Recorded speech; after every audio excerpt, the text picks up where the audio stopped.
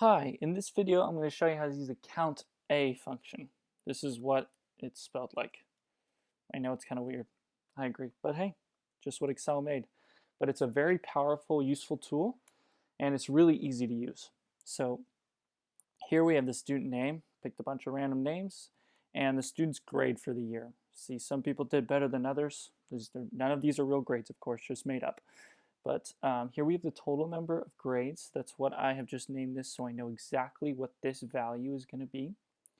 And all we're going to do is we're going to type equals COUNTA, and there it'll show up there, and just an open parenthesis.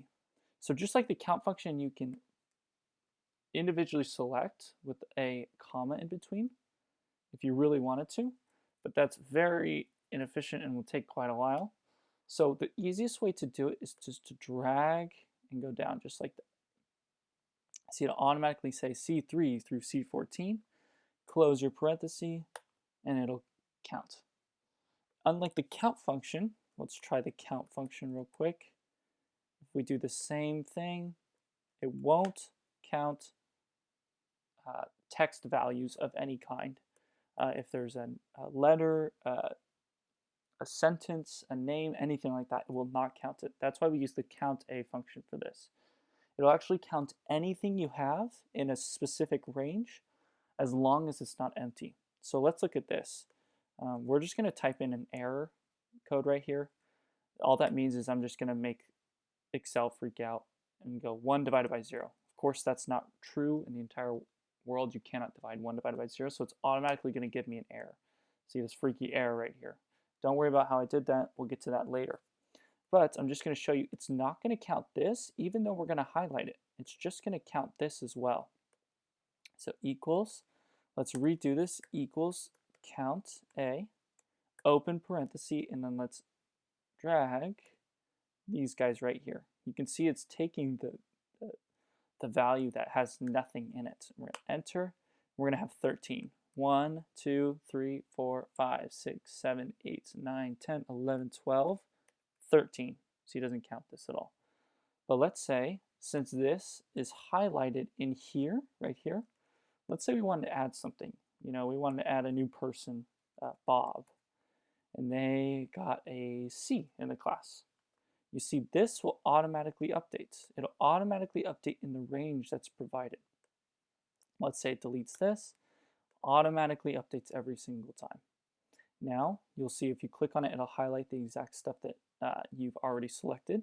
Let's just go C16, we'll press the backspace, press C15. So it'll get back to this range here.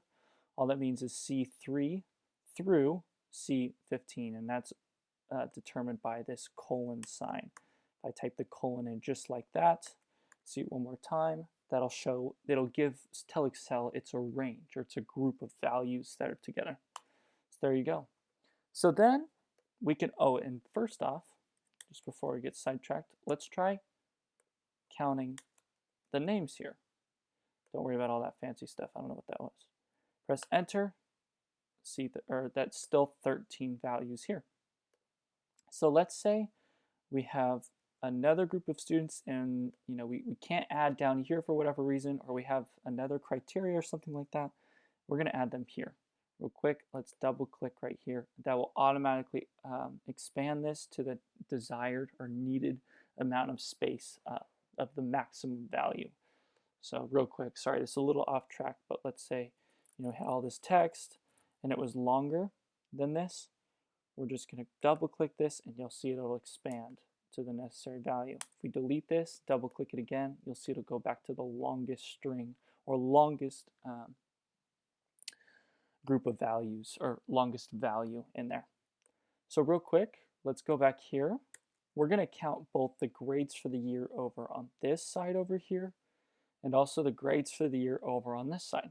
So let's type in equals COUNTA, open parenthesis. We're going to highlight these values just like that by clicking on the mouse. And then we're going to press the comma.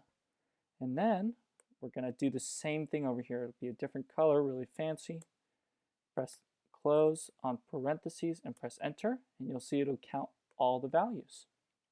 And again, this will be dynamic. Let's say Bob didn't exist in the second group. you see that 25 will then show up, and then let's add Bob back, and you got a C, it'll go back to 26. So this is how you use the COUNTA function. It's a great function to use, and if you only wanted to use this function over just the count function, you can. Just know that it will count anything except empty spaces. So just be aware of that little caveat, while the count just counts values or numbers. So hopefully this helps, and good luck.